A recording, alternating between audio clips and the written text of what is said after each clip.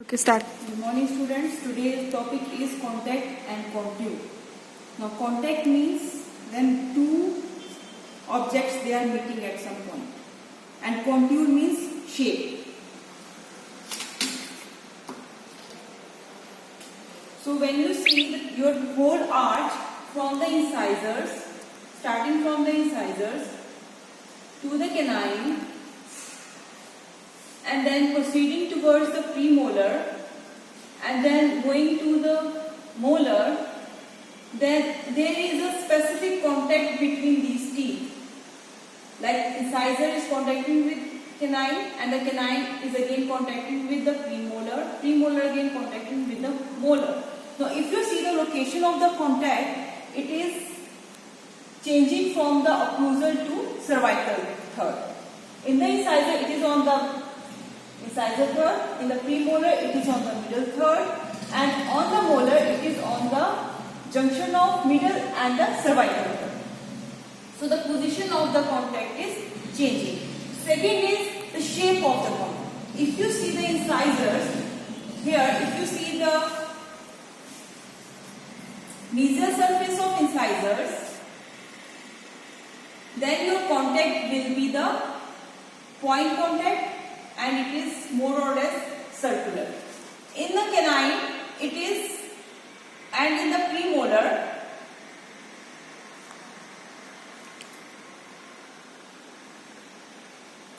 if you see the contact, then it is oval. And if you see the molar area, then here the contact between the teeth will be oblong. Okay, so here the size of the contact is also changing from circular, oval, and here it is horizontally oval. So we have to preserve. Now why these contacts are important? It is very important to maintain the health of your gingiva, interdental papilla. Okay. Now this interdental papilla, it is above your interdental bone. If any damage to interdental papilla occurs, it is directly influencing your bone, and then your periodontal health will be destroyed. So it is very important to maintain the health of your dental gingival papilla. And second is to prevent the food impaction. I made the chart here. Like here you can see these are the shape. So here the size, shape and location is important. And why it is important? For the gingival health, to maintain the spillways, to prevent the food impaction, and to prevent the pocket formation. And second is the drifting of the teeth. Now you have learned about the eruption of the teeth. That is, the eruption of the teeth is of primary and secondary type. Now primary eruption is, you know, when it is in the bone, then it comes out of your dental papilla, then it is called primary eruption. Now in the occlusal surface, it has tendency, your teeth has tendency to move on towards the occlusal surface and on the mesial side. So if the proper contact is not there, then the teeth will have, since it has a tendency to move mesially, it will lose the contact with the distal teeth. So again the periodontal health of the distal side will also get compromised. So that's why your contact is very important. Now when the tooth get damaged, how we maintain or retain or build the contact? So for this you have different tools. Now these tools are matrices.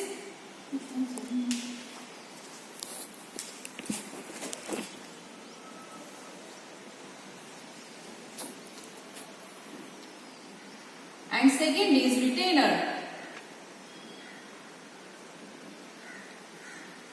These matrices, these are nothing but band-like structure. Now these matrices you can actually, matricing means it is temporary building of a wall. Like if your tooth, you want to restore this tooth. So here you will build the temporary wall with the mattress band. Okay. So this is the creation of temporary wall against which you will condense your restoration. Okay. And second is then you build your proximal surface. So this is the mattressing.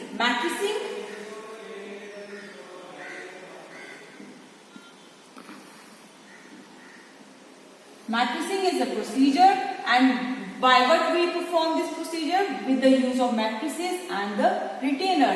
Now mattresses, you can classify the mattresses into various types. First is the type of the material it is made of. First is the stainless steel. Second is the copper.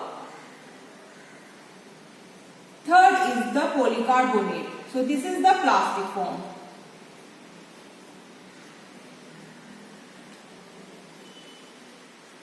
The copper and the gold, it was used previously, very long time back, when the stainless steel was not in use. So after that the stainless steel come, it is a cheaper alternative to copper. And then for different special type of restoration, like for example for GIC, glass ionomer cement, and for your composite, we use this polycarbonate mattresses. Now this, when we talk about the history, you know G.V. Black is the father of operative dentistry. So he only discovered various means of making, how to make mattresses and how can we retain these mattresses on this wall. So what he did previously, what was done, he used copper bands, and since the retainers were not invented, so what he did, he used the wires. He put the wire here, fold this part, and then he put the wire here, fold this end, and with these two ends he placed the mattress band here. So he used the wire as a retainer and the copper band as a mattress.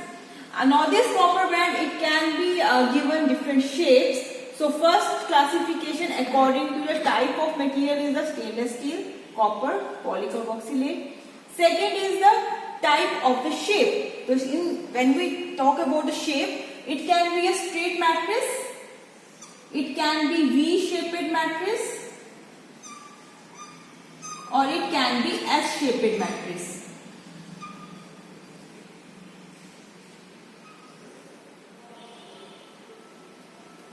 So these mattresses can be used depending upon the location where the caries is or where we want to do the restoration.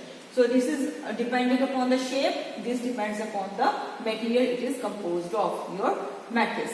Now when the G.V. Black, he invented the mattresses, he used the bands and the wire, and the second material he used for retention is the impression compound.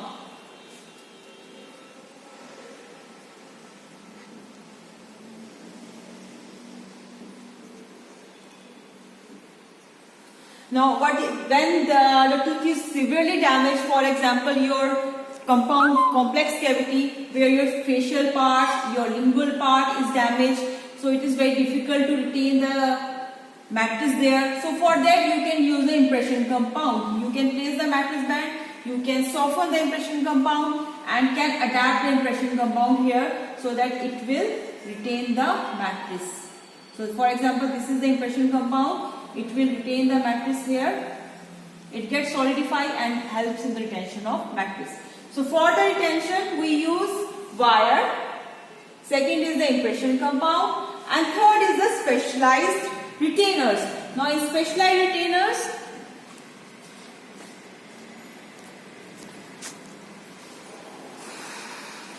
these are actually mechanical retainers. Now these retainers, first is the universal retainer, that is the Toffelmeier, which is universal retainer. Second is the ivory retainer, that is of 1 and 8. So most common use is the Toffelmeier and the ivory. So These retainers help in the retention of your mattress on the tooth surface. So I give you one demonstration of the retainers here. This is Ivory 1. I don't have Ivory 2, and this is Toffelmeier. Okay. So these are the mattresses. This is straight mattress. This is V-shaped mattress. This is for Ivory 1, this mattress. And this is the plastic mattress that we used for the GIC or for composite restoration. Now these mattresses, how we adapt these mattresses on the retainer. So here for this mattress we use on this retainer. It has got holes, it has got prongs. So these prongs you will insert in the holes. Now few things you have to take into consideration. For example, this is an arch. Okay, this is say mandibular arch. So here in Ivory you will see the depression here. Okay, you see the depression here, means it is depressed. So you will place it like this when you are considering the mandibular arch. When you are considering the mandibular arch, maxillary arch, then you will place it like this. In mandibular you place it like this, and in maxillary you will opposite. Okay. So here you got the mattress band. You will insert these prongs here and other here.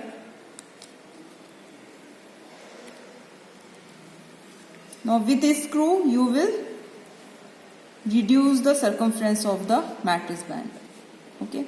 So if you want to apply say on the mandibular tooth, then you will place it like this. Okay. So this is for the DO, disto-occlusal cavity. If you want to place it on the mesio-occlusal cavity, then you have to change the position of the mattress.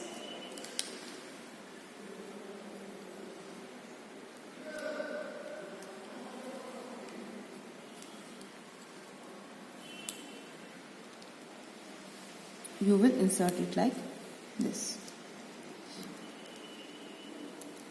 See for on this tooth.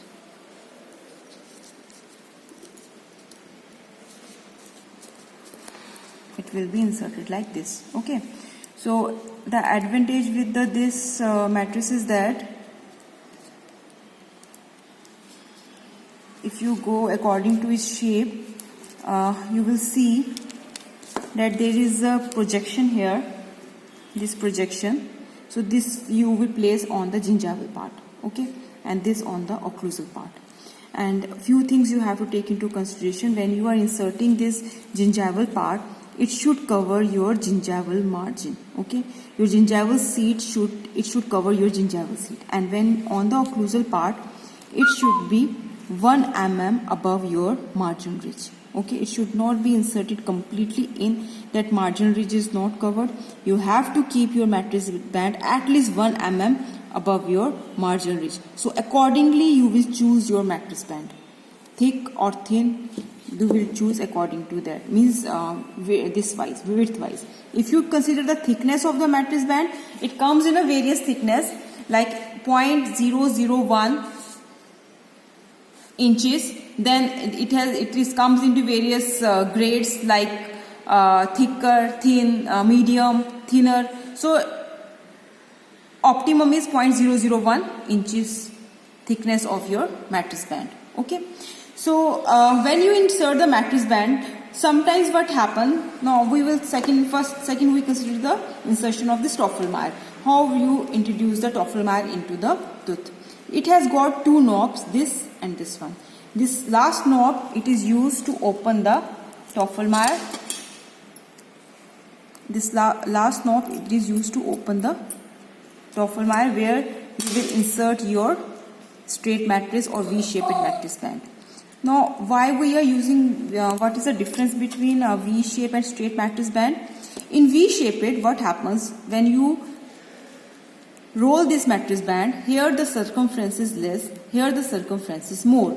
So it is particularly used for the premolar teeth, because if you see a dimension of the premolar, in the premolar cervical area it has a thickness of 5.5 mm, and in the your contact area it is 7.5 mm. So it is very less in the cervical area. So that's why you use the V-shaped mattress band for the premolar. Okay, you will insert the mattress band into the premolar, the smaller circumference in the cervical region.